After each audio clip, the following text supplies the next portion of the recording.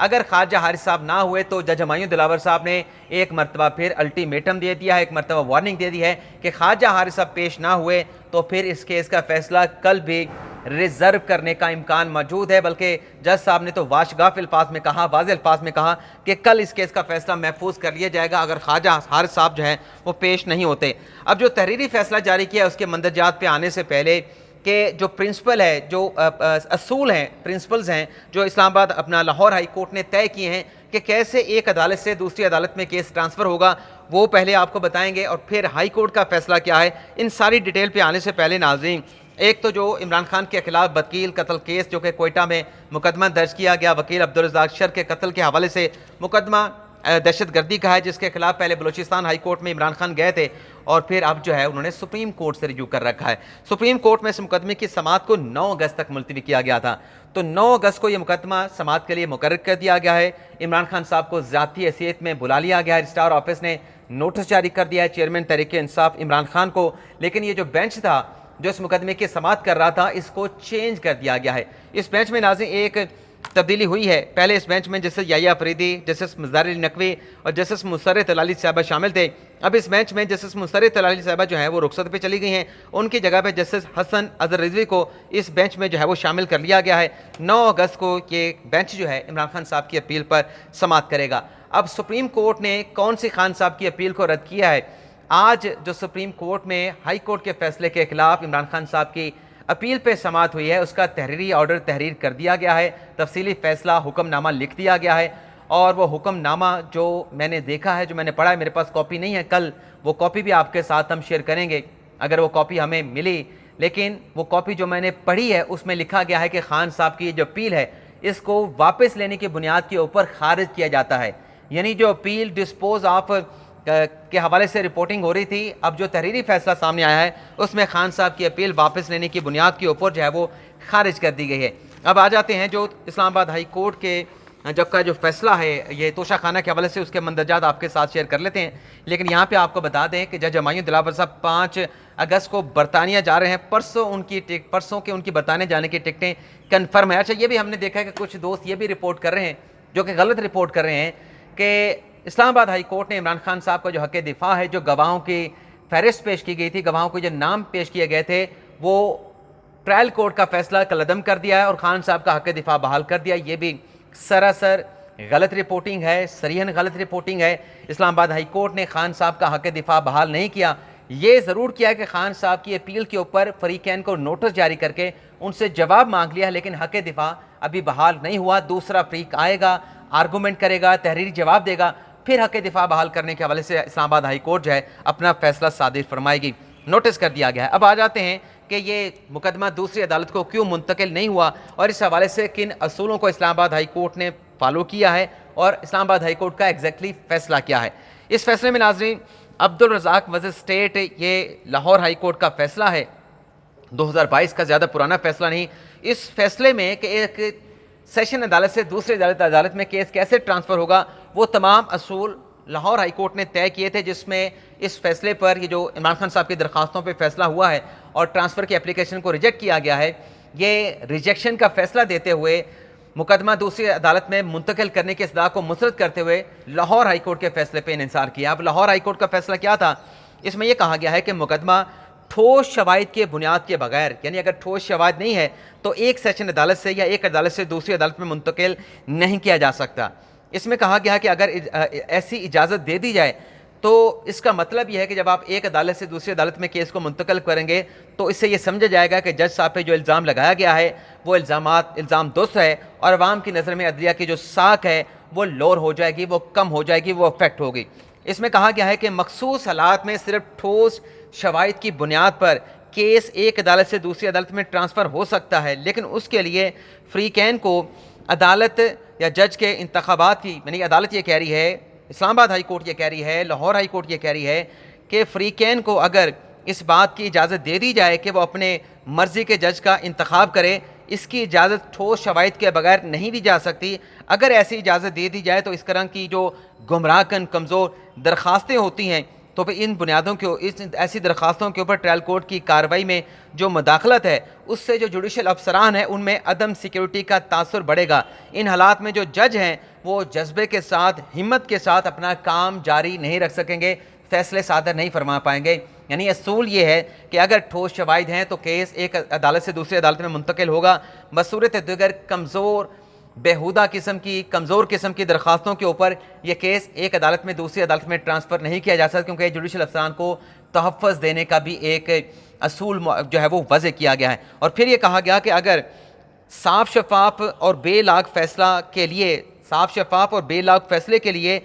ایسی ہی بے وقت درخواستوں پر ججز کا تحفظ انتہائی ضروری ہے۔ کوئی جواز مقدمے میں جو ہے پیش کیے بغیر، ثبوت دیے بغیر مقدمہ ایک عدالت سے دوسری عدالت میں منتقل نہیں کیا جا سکتا۔ اور پھر یہ بھی کہا گیا ہے لاہور ہائی کورٹ کے فیصلے میں کہ غلط آرڈر کی بنیاد پر اگر نچلی عدالت نے کوئی غلط آرڈر کر دیا ہے، اس غلط آرڈر کی بنیاد پہ بھی آپ جج پہ الزام نہیں لگا سکتے کہ وہ جج باعث ہے، وہ جج متعصب ہے۔ اور یہ بھی کہا گیا کہ آگے چل کے جو اسلام آباد ہائی کورٹ کا فیصلہ اس میں کہا گیا کہ فیس بک، ایک تو کہا گیا کہ یہ جج ہمایوں دلاور کی عدالت میں سے دوسری عدالت میں منتقل نہیں ہو سکتا، اور جو فیس بک پوسٹ ہیں جج ہمایوں دلاور کی وہ بظاہر مصدقہ نہیں لگتی، اور جج صاحب نے ان کی ایتھنٹسٹی ماننے سے انکار کیا ہے۔ تو لہٰذا یہ جو کیس ہے اسے نیچے ہمایوں دلاور صاحب کے پاس ریمانڈ کیا جاتا ہے، وہ دوبارہ سنیں۔ جو خواجہ حارث صاحب کا موقف ہے کہ ان کو سنا نہیں گیا، اس کے بعد اس مقدمے کے قابل سماعت ہونے کے حوالے سے فیصلہ کریں۔ اور یہ بھی کہا گیا ہے فیصلے میں کہ عدالت مقدمے کا فیصلہ کرنے سے قبل اس ایشو کو بھی ایڈریس کرے، یعنی جو سوالات دیے گئے ہیں کیس کا حتمی فیصلہ کرنے سے پہلے، جو کیس کے قابل سماعت ہونے کے حوالے سے سوالات دیے گئے تھے اور جو خواجہ حارث صاحب کا اعتراض ہے اس کو ایڈریس کر کے اس کیس کا حتمی فیصلہ صادر فرمایا جائے۔ اور پھر ایف آئی اے کو ڈائریکشن دی گئی ہے، جو فیس بک کی اسکرین شاٹ ہیں ان سے متعلق ایف آئی اے کو کہا گیا ہے کہ آپ اس معاملے کی تفصیلی انکوائری کریں، اور جو لوگ اس معاملے میں انوالو ہیں، ملوث ہیں، چاہے ان کا تعلق جو ہے پی ٹی آئی کے لوگوں کے ساتھ ہے، جنہوں نے پوسٹیں سوشل میڈیا پہ لگائی ہیں، جنہوں نے عدالتوں میں پیش کی ہیں، بظاہر سے یہ تاثر مل رہا ہے کہ ان تمام لوگوں کو انکوائر کر کے جو تفصیلی رپورٹ ہے وہ 15 دن کے اندر جو ہے وہ عدالت میں جو ہے وہ پیش کی جائے۔ اس کے علاوہ ناظرین کچھ دیگر خبریں بھی ہیں، ان خبروں کی تفصیلات بھی آپ کے ساتھ ہم شیئر کر لیتے ہیں۔ ایک تو ناظرین صدر مملکت عارف علوی صاحب نے جو الیکشن بل ہے 2023 جس میں کچھ نئی ترامیم کی گئی تھیں اور جو نگران سیٹ اپ ہے اس کے اختیارات میں وسعت کی گئی تھی، ایکسٹینڈ کیا گیا تھا، اس بل کو پر دستخط کر دی ہیں، اسے قانون کا درجہ صدر صاحب نے دستخط کرنے کے بعد دے دیا ہے۔ اس کے علاوہ پی ٹی آئی کے رہنما علی امین گنڈا پور صاحب، ان کی گرفتاری کے لیے گھر پہ چھاپا مارا گیا، لیکن علی امین گنڈا پور تو گھر پہ نہیں ملے، ان کی گرفتاری عمل میں نہیں لا جا سکی، لیکن ان کے گھر سے ڈنڈے، غلیلیں اور کرونا اور سیلاب زدگان کے حوالے سے جو امدادی سامان تھا وہ ریکور کیا گیا ہے، وہ برآمد کیا گیا ہے، یہ دعویٰ کیا گیا ہے ذرائع کی طرف سے جو مختلف خبریں رپورٹ کی گئی ہیں۔ اور تیسری پی ٹی آئی کی خاتون رہنما یاسمین راشد صاحبہ، جنہیں آج عدالت میں پیش کیا گیا تھا، انہیں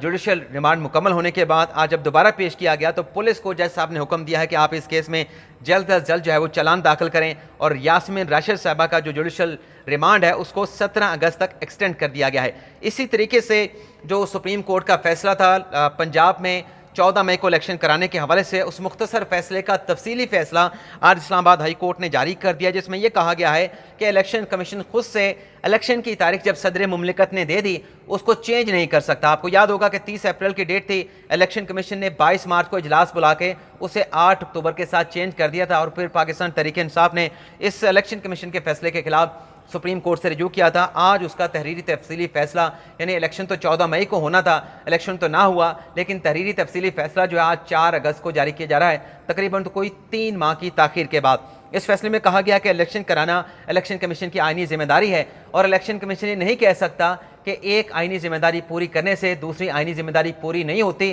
تو یہ کوئی عذر نہیں بنتا۔ اب بات یہ ہے کہ جو ایک آئینی ذمہ داری پوری کرتے ہوئے دوسری آئینی ذمہ داری رہ جائے تو کیا یہ ہونا چاہیے؟ اگر دوسری آئینی ذمہ داری پوری کرنی ہے تو پہلی رہ جائے تو پھر یہ بھی نہیں ہونا چاہیے۔ آئینی ذمہ داری ہے، ایک پوری کرتے ہوئے دوسری اگر پوری نہ ہو تو اس بات کی بھی پھر جسٹیفیکیشن نہیں ہے۔ اور فیصلے میں کہا گیا ہے کہ جو ایگزیکٹو کے ادارے ہیں وہ الیکشن کمیشن کے انتخابات کے انعقاد میں تعاون کرنے کے پابند ہیں۔ اگر ادارے جو ہے وہ تعاون نہیں کر رہے تو الیکشن کمیشن کو سپریم کورٹ میں آرٹیکل 184(3) کی درخواست دائر کرنا چاہیے تھی۔ یہاں پہ سوال یہ ہے کہ اگر الیکشن کمیشن نے آرٹیکل 184(3) کی درخواست دائر نہیں کی، پاکستان تحریک انصاف نے دائر کی تھی، تو اداروں کو تو سپریم کورٹ نے بلایا تھا عدالت میں، تو تو کیا ہوا؟ اداروں نے کیا جواب دیا تھا؟ تمام مدعا الیکشن کمیشن پہ ڈالا جا رہا ہے، لیکن جب اداروں نے آ کے سپریم کورٹ کو جواب دیا، 14 مئی کا سپریم کورٹ نے فیصلہ دیا، تو اس فیصلے پہ کیا ہوا؟ آج سپریم کورٹ کہتی ہے کہ تاریخ میں یہ فیصلہ لکھا جائے گا۔ تو اگلی خبر ناظرین پرویز الہی صاحب کی نظر بندی کے حوالے سے ہے۔ ان کی اہلیہ نے جو لاہور ہائی کورٹ میں درخواست دی تھی کہ پرویز الہی کی نظر بندی غیر قانونی غیر آئینی ہے تو اس کو کالعدم قرار دیا جائے، لیکن لاہور ہائی کورٹ نے کیسرا الہی صاحبہ کو یہ کہا ہے کہ آپ ایڈیشنل سیکرٹری ہوم کے پاس جائیں، جو آپ نے وہاں پہ درخواست دی ہے وہ آپ کی درخواست کے اوپر آپ کو سنے گا، آپ کے دلائل سنے گا، اور اس کے بعد پھر وہ فیصلہ کر کے جو بھی رپورٹ ہوگی وہ لاہور ہائی کورٹ میں جمع کروائے گا۔ تو اس کیس کی سماعت کو آئندہ تاریخ تک جو ہے ملتوی کر دیا گیا ہے۔ شہریار افریدی جنہیں ضمانت پہ رہا کرنے کا حکم دیا گیا، پھر گرفتار کر لیا گیا، آج انہیں ATC عدالت میں انسداد دہشت گردی کے عدالت میں پیش کیا گیا، اور ایک مرتبہ پھر شہریار افریدی کو عدالت کی جانب سے جج صاحب کی جانب سے رہا کرنے کا حکم دے دیا گیا۔ راولپنڈی کی ATC عدالت نے یہ حکم دیا کہ شہریار افریدی کو رہا کیا جائے، لیکن اس رہائی کے آرڈر کے بعد فوری طور پہ شہریار افریدی کو MPO کے تحت 16 MPO کے تحت جو ہے وہ دوبارہ حراست میں لے لیا گیا، دوبارہ سے گرفتار کر لیا گیا۔ تو یہ ہے ناظرین ہمارا آج کا ویڈیو لاگ، لیکن جاتے جاتے آپ کو یہ بتا دیں کہ کل جو توشہ خانہ میں سماعت ہونے جا رہی ہے وہ کل کی سماعت بھی فیصلہ کن ہو سکتی ہے، کیونکہ بظاہر ایسا لگ رہا ہے کہ معاملات بڑی تیزی کے ساتھ آگے بڑھ رہے ہیں، اور جج صاحب نے چھٹیوں کی درخواست بھی دے رکھی ہے، چھٹیاں ان کی منظور بھی ہو چکی ہیں، اور پرسوں انہوں نے برطانیہ جانا ہے۔ اب دیکھتے ہیں کہ کل کی جو توشہ خانہ کی ان کی عدالت میں سماعت ہونے جا رہی ہے اس میں کیا خواجہ حارث صاحب پیش ہوتے ہیں، کیا پیش ہونے کے بعد وہ اپنے درخواست کے قابل سماعت ہونے کے دلائل دیتے ہیں نہیں دیتے۔ تو کل کوئی بڑی ڈیولپمنٹ ہو سکتی ہے، جو بھی پیش رفت ہوگی کل کی عدالتی کارروائی میں اس کی تفصیلات آپ کے ساتھ ہم شیئر کریں گے۔ اب تک کے لیے اور آج تک کے لیے اتنا ہی، اجازت چاہتے ہیں، اللہ حافظ۔